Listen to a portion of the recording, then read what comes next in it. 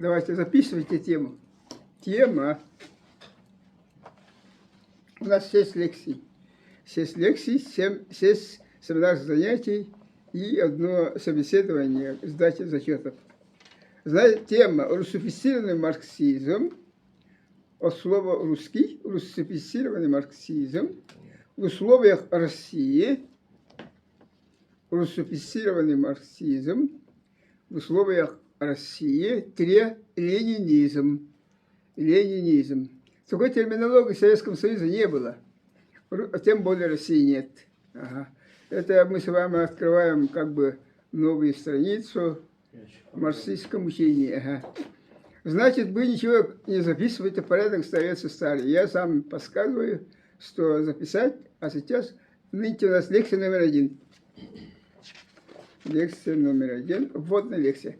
Вводная, называется вводная. То есть я вам рассказываю в крупном плане о этих 6 лекциях. Значит, задача этой школы такая, как и в прошлом году. В прошлом году мы изучали марксизм, настоящий марксизм, разработанный Карлом Марксом, Фридрихом Энгельсом. Нынче мы школа, из которой марксизм переработан в условиях России Владимиром Ильичем Лениным. Ну, конечно, эта тема очень сложная. 55 томов у Владимира Ильича, все наполнены социализмом.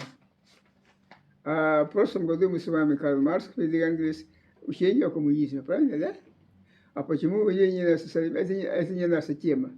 У нас тема сегодня русифицированный марксизм. Потому что Карл Маркс, Фридрих Энгельс, разрабатывая свое учение, они предполагали, что рабочий класс, это современный мир 200 государств, рабочий класс каждой страны будет перерабатывать их учения в условиях и с учетом особенностей своей страны для своего применения. Ну, например, Россия русифицированный, Китай маоизм, Вьетнам там хасимизм или как-то называют, не знаю. Я этим не занимался, поэтому не могу сказать. Вот, и наша задача не изучать русифицированный марксизм в России, а мы должны иметь представление, что это такое. Просто общее представление. Как марксизм, в прошлом году мы не изучали марксизм, мы представление. Что такое марксизм, с чего состоит. И здесь то же самое. С чего состоит. Ленин как философ продолжал, как политик продолжал и так далее. Значит, ленинизм – это российская терминология, впервые его определил Иосиф Виссарионович Сталин. Есть такая работа «Теоретическое наследие Иосифа Виссарионовича Сталина», там есть раздел ленинизм. Он разработал ленинизм вообще впервые, и его формулировка такая. Ленинизм – это марксизм эпохи империализма, пролетарской революции. То есть это марксизм, переработан Лениным в условиях и счетом особенностей России.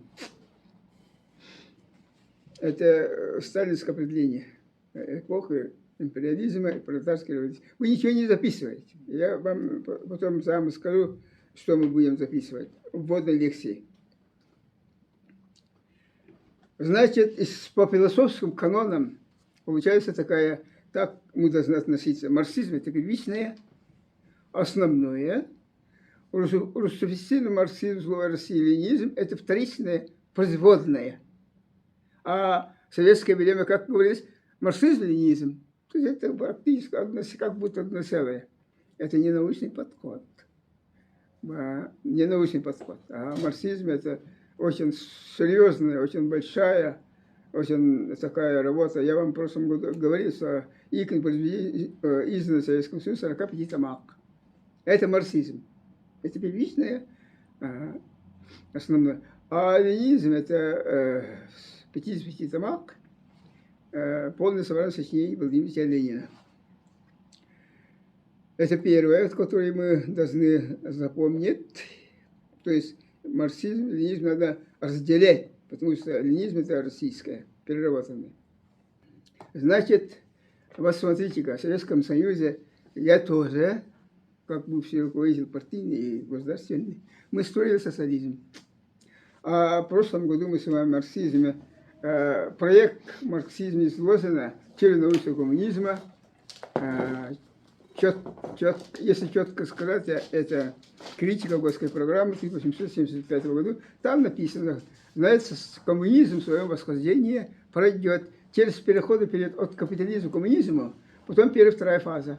Это марксистская трактовка. По этой мы должны были и работать. Ага. А великий Сталин, нет, великий Ленин сначала, он разработал элементы в 2014 году. Право на самоопределение, потому что Россия состоит из 100 с лишним наций и народностей. Это самый главный вопрос. Если их всех не объединить, какой коммунизм получится? Конечно, нет. Потом в 2020 году он излагает в 8-м съезде Совета индустриализации всей страны. План Голлеро. Такой план был 10 лет строительства электростанций. Потом в 2021 году порядки исправления ошибки. Сначала в России был внедрен производство и потребление, коммунистический принцип. Военный коммунизм назвали потом. А потом Ленин понял, что ошибку допустили, и разработал в 2021 году новую экономическую политику. То есть вытащить страну из кризиса, возродив государственный капитализм. В этом работе есть раздел культурной революции. Вот третий элемент. И, будучи тяжело больным, перед смертью он машинистски продиктовал работу о кооперации. То есть 4 элемента. Он берет на мысль, я разработал план перехода периода от капитализма к коммунизму. Планировал это, но потом не успел. А после смерти Ленина Иосиф Сталин с этих элементов, знаете, этих элементов сконструировал, сформулировал и осуществил переходный период от капитализма к коммунизму в Советском Союзе. Но его назвал социализмом. И, конечно, я вам мог бы несколько часовой лекции рассчитать, почему он так назвал социализм. Сталин-то, он ученик Ленина. Не Маркса, Энгельса, Ленина. Он марксизм, конечно, знал круто, но тем не менее он перед гением Ленина он переклонялся, потому что вся на его глазах совершенно молодой человек сколотил около себя, понимаете, марксистов, потом поехал под Парижем в город Лондзимо, и там прочитал 29 лекций, воспитывал своих единомышленников, последних соратников, которые должны будут осуществить пролетарскую революцию России. Видите, какое дело? Конечно, Ленин, Сталин все это дело видит, это один человек, мощный такой, ага, и ничего не считаясь, вперед, как трактор проломает, все. И, конечно, он преклоняется перед гением Ленина. И он принял его учение социализм, который является практически отходом от марксистского учения. Марксизм – это учение о коммунизме. Какой социализм-то? А мы все социализм строили.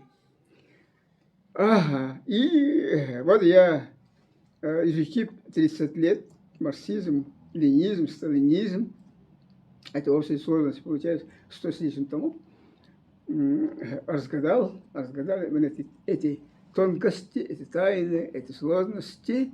Понимаю, в то время Сталин, вероятно, не мог по-другому поступить. Хотя у него 13 томов, у него сочинения, там кое-где говорит, мы строим переходный период. После чего дальше не разбивает, потому что у него стоит перед ними Ленин со своим социализмом. Аргументированно при том. Вот такое дело. Сейчас приступаю к вводной лекции.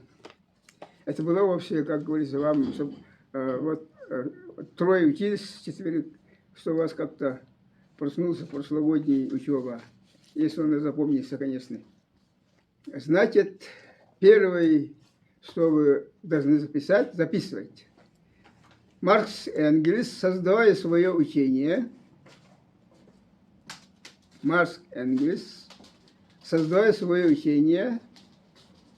предполагали, вы, если не успеваете, меня останавливайте. Создавая свое учение, предполагали, что рабочий класс каждой страны, должен будет переработать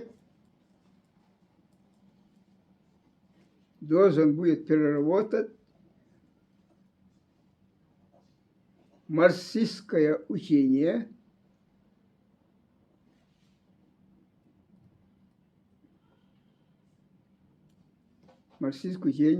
в условиях и учетом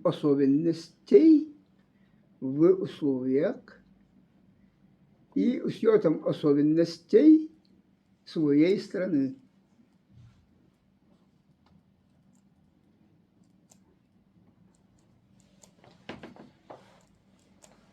Все, больше ничего не записывайте. Дальше я рассказываю дальше. Значит, как мы с вами знаем, молодой Маркс начал ссылки. Сталин тоже, в отличие от Сталина, молодой Ленин имел высшее юридическое образование. Потом, конечно. А Сталина духовная семинария, типа средней школы. И они в каторге ссылках осваивали самостоятельно марксистское учение. Каждый раз после ссылки, как только приехали, они ничего не записывать. Они вступали в марксистский кружок. Там Россия-то, этот дух не только у Ленина, Сталина был это, лучшие представители интеллигенции, они организовывали марксистское учение. Там изучали произведения Маркса и Энгельса. Понимаете, какое дело? Вот они этим воспользовались максимально. И Ленин, и Сталин. Поэтому у них формировалось марксистское мировоззрение. Стойкое марксистское мировоззрение. Понимаете, какое дело? Значит, сейчас записываете. Первое предложение у вас написано. Сейчас записываете. Во-первых, Ленин, Сталин.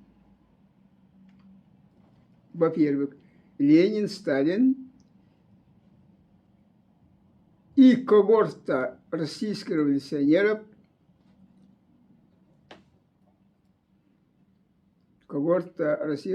революционеров самостоятельно осваивали марксистское учение.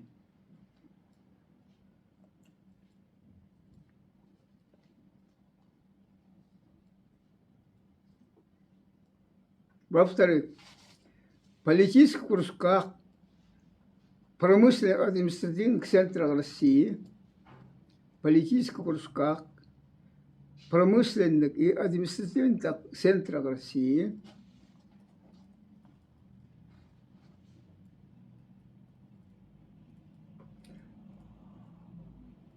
начались работать политические кружки, в которых просвещали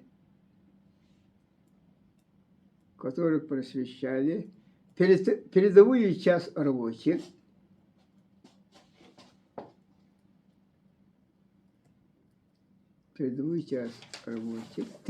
рабочих заводов и фабрик.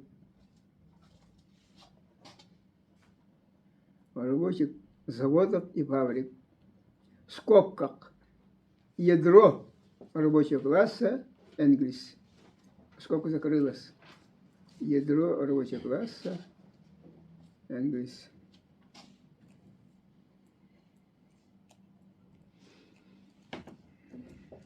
Сейчас слушаете. Значит, какую задачу ставили они? Программа меню. Ага. Это потом примет второй съезд, мы на это отдельно будем останавливаться коротко. Второй съезд в 1903 году, значит, программа минимум, там свержение царизма, проведение буржуазно-демократической революции и установление демократической республики. К этому, это потом будет. А пока сейчас идет просвещение ядра рабочего класса, рабочих заводов, фабрик, чтобы они осознали свою историческую миссию. В этом заключается тонкость-то. Потому что в заводах работают люди более-менее просвещенные, организованные, сплоченные, понимаете? И, конечно, это самая передовая часть.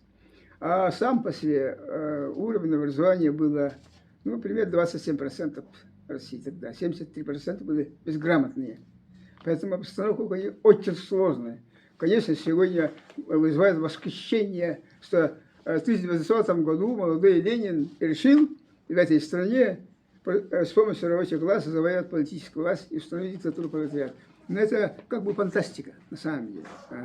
Молодой человек, конечно, может мечтать что угодно, но он-то шел прямо к своей цели, и убедил каждого, кто с ним контактирует, что к этой цели.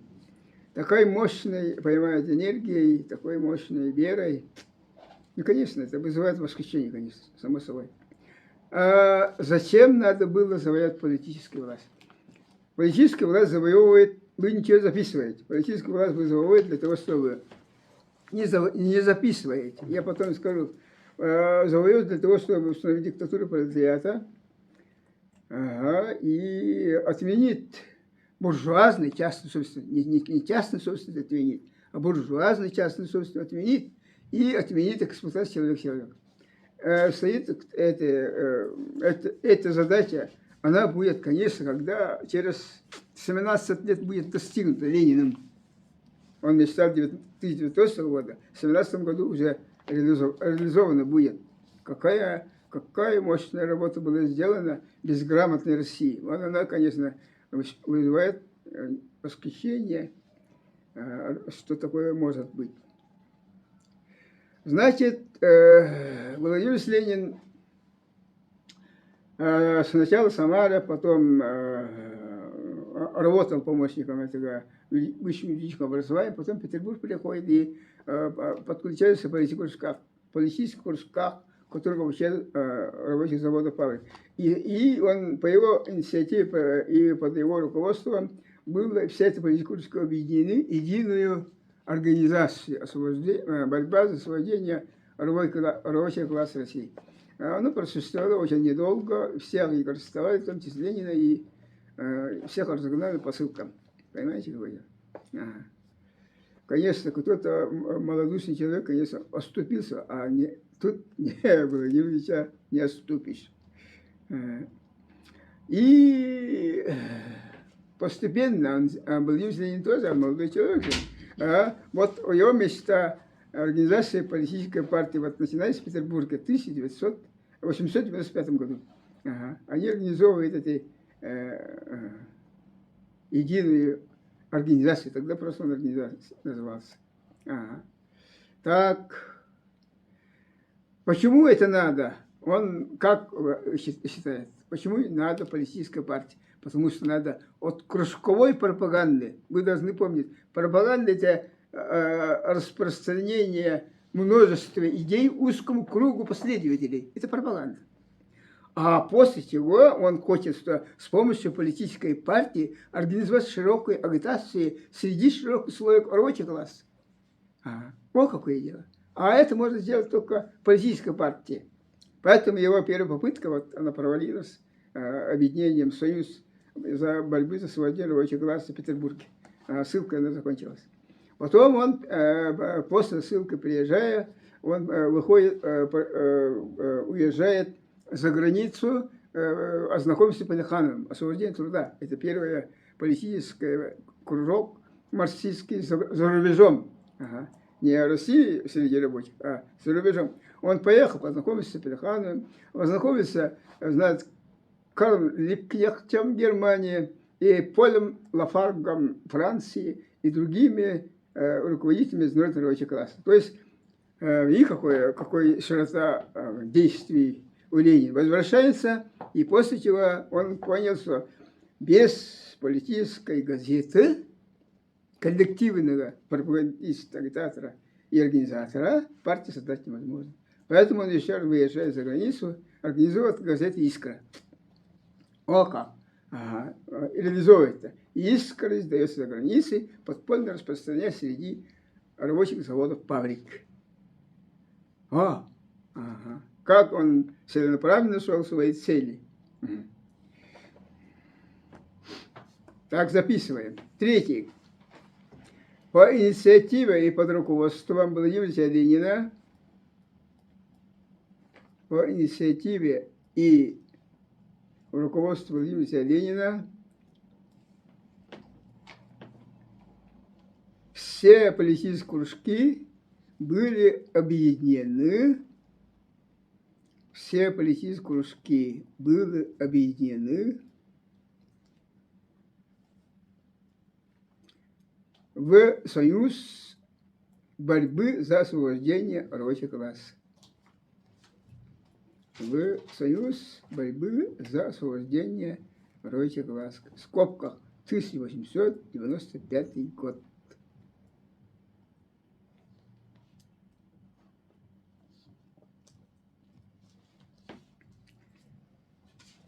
Дальше идем. Значит, нужна политическая партия для широкой агитации. Нужна газета для организации политической партии. Ага. Дальше идет. Дальше он идет.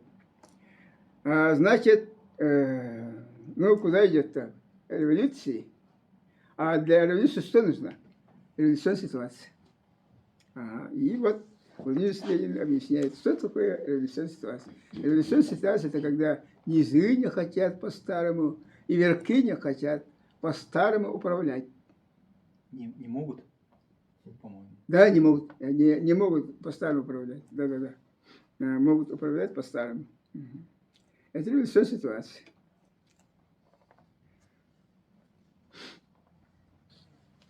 Так, сейчас, конечно, это область политической экономии, идет жизнь, закон развития общества, это определяется взаимоотношением производительных сил и производственных отношений.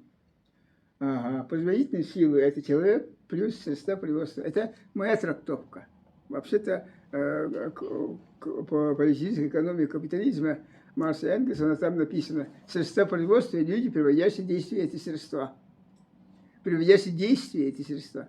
А на самом деле это научное определение, потому что средства производства человек создает. Его совершенствует человек, все начинают с человека. Потом я перекладу определение Маркса и Энгельса. Маркс что говорит? Главная производительная сила – это революционный класс. А Ленин что говорит? Главная производительная сила человечества – это рабочий, трудящийся.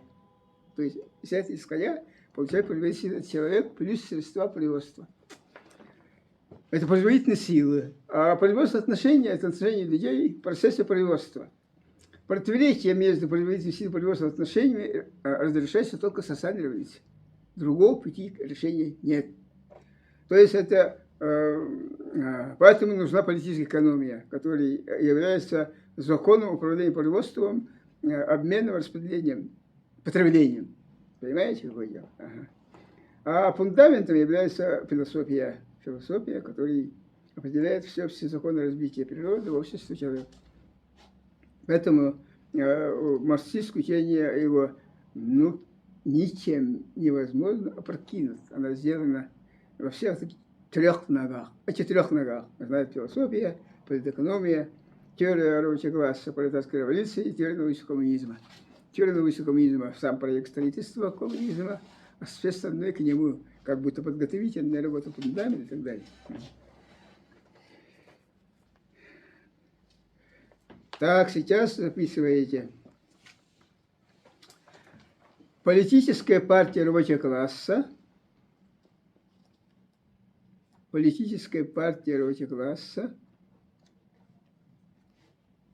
– это учитель, воспитатель и вождь рабочего класса, учитель, воспитатель, вождь рабочего класса, вооруженный знаниями законов развития общества, вооруженный знаниями законов развития общества и законов развития его экономики.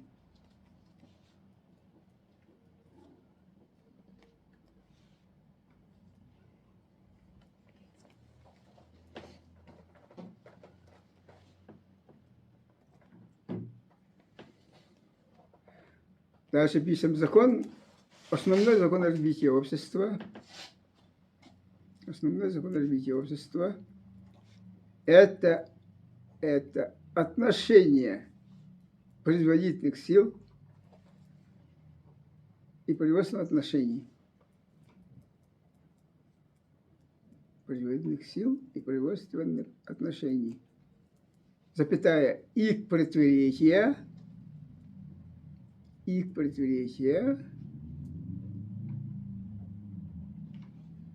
разрешается только социальной революцией. И к противоречия разрешается только социальная революция.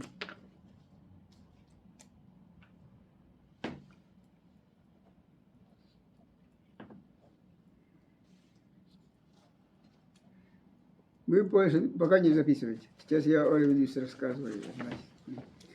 Значит, Владимир Ленин, значит, идет, какой последствия пройдет этой революции. Первое – это буржуазно-демократическая революция.